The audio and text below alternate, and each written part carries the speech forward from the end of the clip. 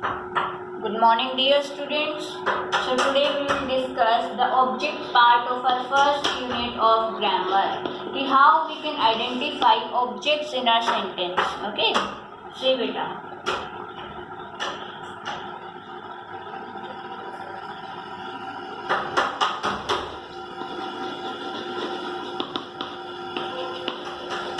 I have written a sentence here. सबसे पहले आप ये देखो, अगर आपको ऑब्जेक्ट का भी नहीं पता है, try to understand through this example.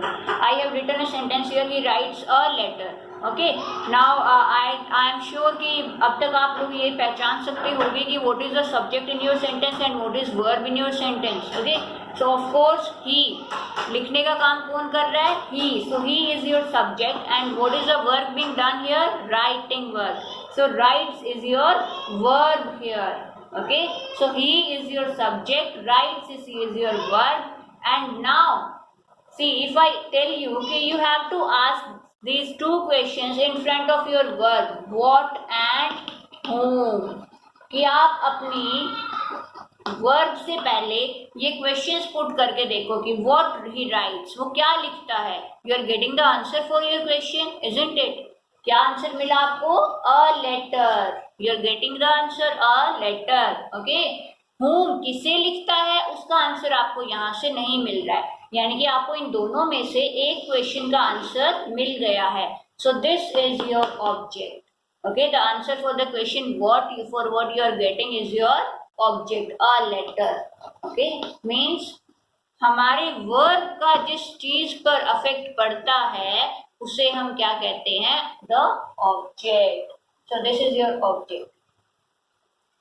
आप देखो बेटा,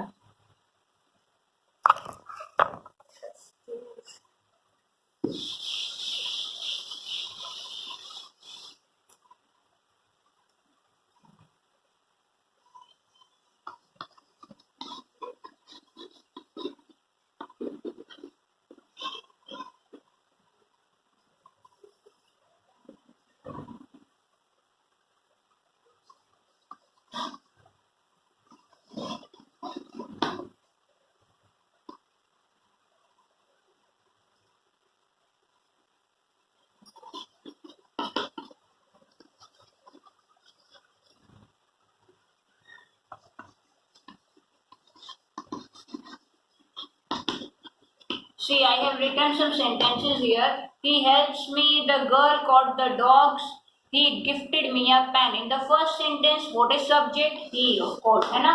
And your verb is helps. And you ask the question here, what helps? क्या help करता है?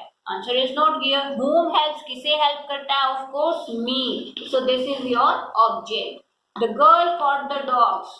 The girl is your subject. Caught is your verb. And question put करो, what caught the dogs?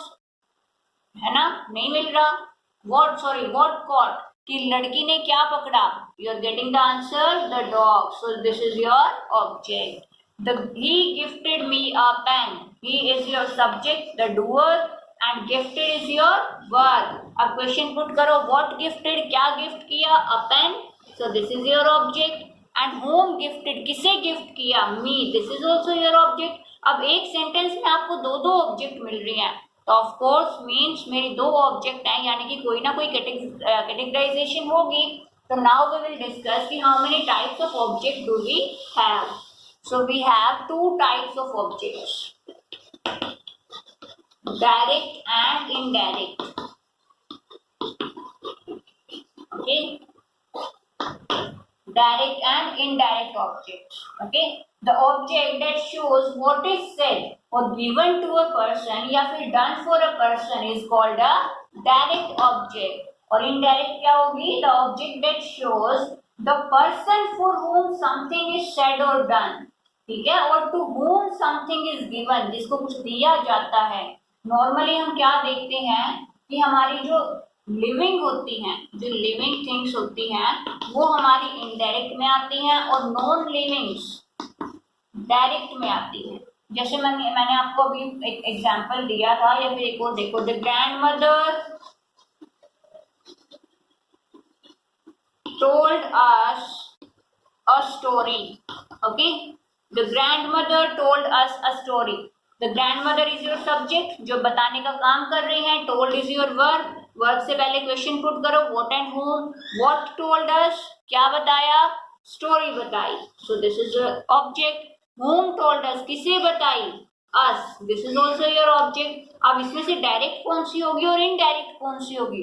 C direct क्या है कि हमें क्या बताया, सबसे पहले उन्होंने स्टोरी बतानी स्टार्ट करी. ओके, सो रीडर्स तक यानी कि हम तक, इंसान के लिए, person, what is given to a person, कि इस पर्सन को क्या दिया जाता है, that comes into your direct object. Okay, और मैंने आपको बताया ये कि नॉन लिविंग, अस और स्टोरी में से नॉन लिविंग क्या है, स्टोरी है. सो this is your direct object.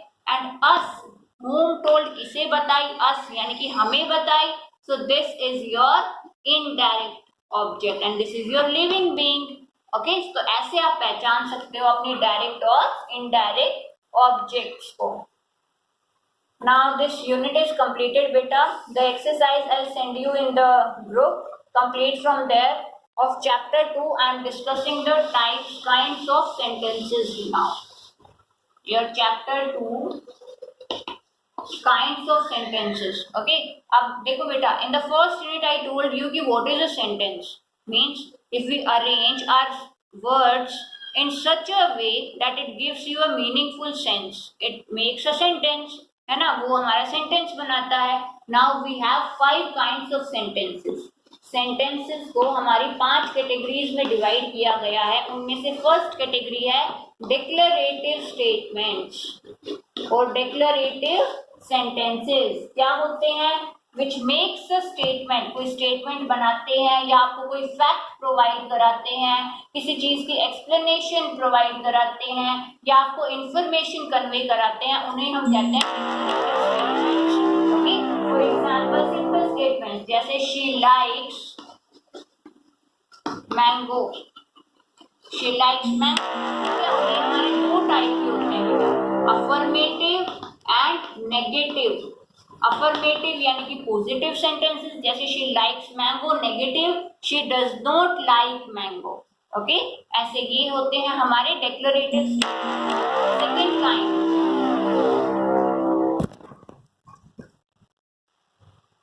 Second kind is imperative. Imperative statement कौन से होते हैं, जिनमें हम किसी को ऑर्डर एक्सप्रेस करते हैं. Order, suggestion, advice, command. Okay, कोई रिक्वेस्ट. तो ये सभी चीजें जब हम एक्सप्रेस करते हैं, order, suggestion, advice, command, request, वो होते हैं हमारे imperative sentences. For example, please come here. तो आप रिक्वेस्ट कर रहे हो किसी से यहाँ आने के लिए. सो this is your imperative sentence. Okay, जिसमें आप कोई भी order, do not sit here, है ना, ऑर्डर दे रही हूँ, कमांड दे रही हूँ. Okay, take your medicine on time, advice दे रही हूँ. तो ऐसे ये हो जाएंगे हमारे imperative sentences. Next kind, exclamatory sentences.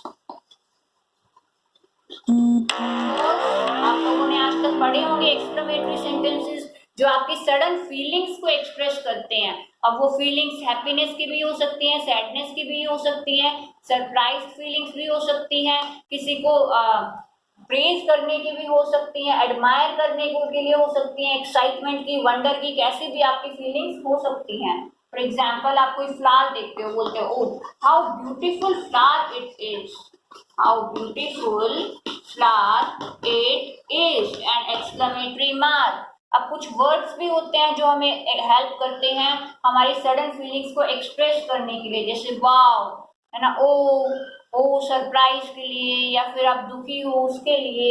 Okay, bravo, well done. Okay, ऐसे कुछ वर्ड्स भी होते हैं हमारे एक्सक्लेमेटरी वर्ड्स जो हमें हेल्प करते हैं हमारी सडन फीलिंग्स को एक्सप्रेस करने के लिए. Then is the optative sentences. Optative, जिनमें आप कोई ना कोई विश करते हो, प्रे करते हो, या किसी को कर्स करते हो यानी कि बद्दुआ देना, ओके, तो ये हमारे होते हैं optative sentences. May God bless you, आपने ऐसे विश करी, किसी के लिए प्रे करी, okay, long live the queen, okay, जैसे, तो ये सारे हम एक्सप्रेस करते हैं अपने ऑप्टेटिव सेंटेंसेस के through. I hope all the sentences, हाँ, इंटेरोगेटिव सेंटेंसेस बेटा, ओके, जिनमें हम क्वेश्चंस पूछते हैं, interrogative sentences, very easy one, जिनमें आप क्वेश्चंस पूछते हो, व्हाट आर यू डूइंग, हाँ, okay, how have you been till now, okay, आप कोई भी WH फैमिली से या आपकी हेल्पिंग वर्ब से, is, am, are, has, have, had, been से जो भी स्टार्ट होते हैं क्वेश्चंस, वो हमारे आ जाएंगे इंटेरोगेटिव कैटेगरी के अंदर। और ये भी आप पॉजिटिव, नेगेटिव, अफर्मेटिव, नेगेटिव दोनों बना सकते हो। सो these were our types of sentences. First, declarative simple sentences. Second, interrogative question mark sentences. Third, imperative, जिसमें आप request, order, command, advice, suggestions देते हो। नेक्स्ट, ऑप्टेटिव, जिसमें आप विश करते हो, प्रे करते हो या कर्स करते हो किसी को, तो वो ऑप्टेटिव होते हैं। ओके, देन एक्सक्लेमेटरी, आपकी सडन फीलिंग्स को एक्सप्रेस करने के लिए, ये सभी हमारे काइंड्स ऑफ सेंटेंसेस होते हैं। Okay, now complete your exercise, I will send you the answers of the questions.